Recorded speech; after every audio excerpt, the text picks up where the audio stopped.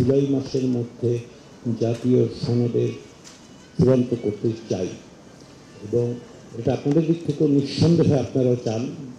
সে কারণে আমাদের পক্ষে অগ্রসর হওয়া সম্ভব হচ্ছে। ইতিমধ্যে আমরা অনেক বিষয়ে ঐকমত্যে পৌঁছছি। কিছু কিছু বিষয় আছে যেগুলো আলোচনার মধ্য দিয়ে নিষ্পত্তি করতে হবে।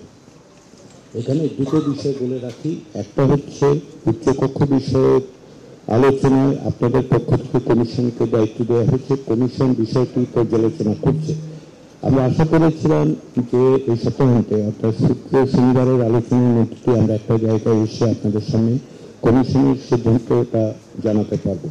কমিশন গত সপ্তাহান্তের এই বৈঠকগুলো এবং আজকে সকালের বৈঠকে সিদ্ধান্ত নিয়েছে যে এটি আরেকটু সময় নিয়ে বিবেচনা করার দরকার।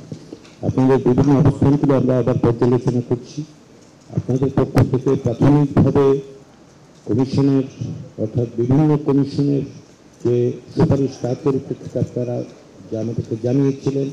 পরবর্তী সময়ে একাধিক দিন আলোচনার সময় আপনারা যেগুলো জানিয়েছেন সেগুলো পর্যালোচনা করার পাশাপাশি উচ্চকক্ষ প্রতিষ্ঠার ক্ষেত্রে আর কি কি ধরনের প্রতিক্রিয়া হতে পারে, কি কি ধরনের অবস্থান আসলে সংশ্লিষ্ট অন্যান্য বিষয় সংবিধানের, সেগুলো বিবেচনা করে আমরা একটু সময় নিয়ে সিদ্ধান্তটা দিচ্ছি। আমরা আশা করছি যে আগামী 2 দিনের পরেই আমরা এই বিষয়ে একটা সিদ্ধান্ত দিতে পারব। এর পাশাপাশি যেটা গুরুত্বের সঙ্গে দ্বিতীয় বিষয় সেটা হচ্ছে আজকে আমরা তত্ত্বাবধায়ক সরকার বিষয়ে যে আলোচনাটা করতে চাচ্ছি সেটা পটভূমিকাটা হচ্ছে এই যে বেশ কয়েকদিন ধরে আলোচনার পরিপ্রেক্ষিতে কমিশনের পক্ষ থেকে একাধিক প্রস্তাব বিবেচনার জন্য দেওয়া হয়েছিল। তারই পরিপ্রেক্ষিতে সর্বশেষ যেটা আলোচনা হয়েছিল সেটা হচ্ছে আপনাদের পক্ষ থেকে, আপনাদের রাজনৈতিক দলগুলোর পক্ষ থেকে প্রস্তাব দেওয়া হবে।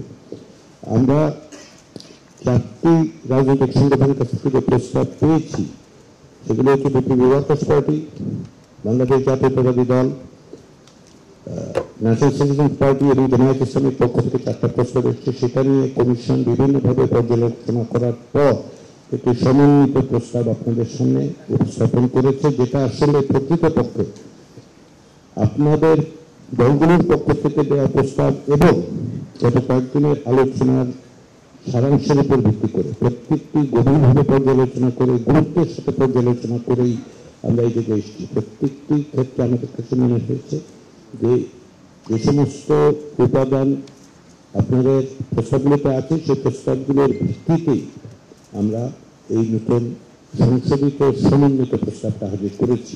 আমরা আশা করছি যে আজকে আমাদের আলোচনার মধ্য দিয়ে আমরা এই একটা পরিণতির জায়গায় একটা ঐকমত্যের জায়গায় আসতে পারব। ফলে আমাদের লক্ষ্য হচ্ছে 31 জুলাইয়ের মধ্যে একটি সনদের জায়গায় যাওয়া, যেটা আপনাদের ইচ্ছা, আমাদের ইচ্ছা, সকলের প্রচেষ্টা, দেশের সকলেই সেটা প্রত্যাশা করছে। দ্বিতীয় বিষয় যেটা সেটা হচ্ছে যে আমরা বড় বিষয়ের দিক হচ্ছে যে গত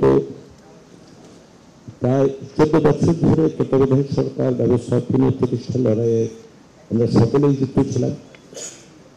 সেই জায়গা থেকে আমরা একমত যে তত্ত্বাবধায়ক সরকার ব্যবস্থা পুনঃপ্রতিষ্ঠা সেটা আমরা বলেছি, আমরা একমত হয়েছি।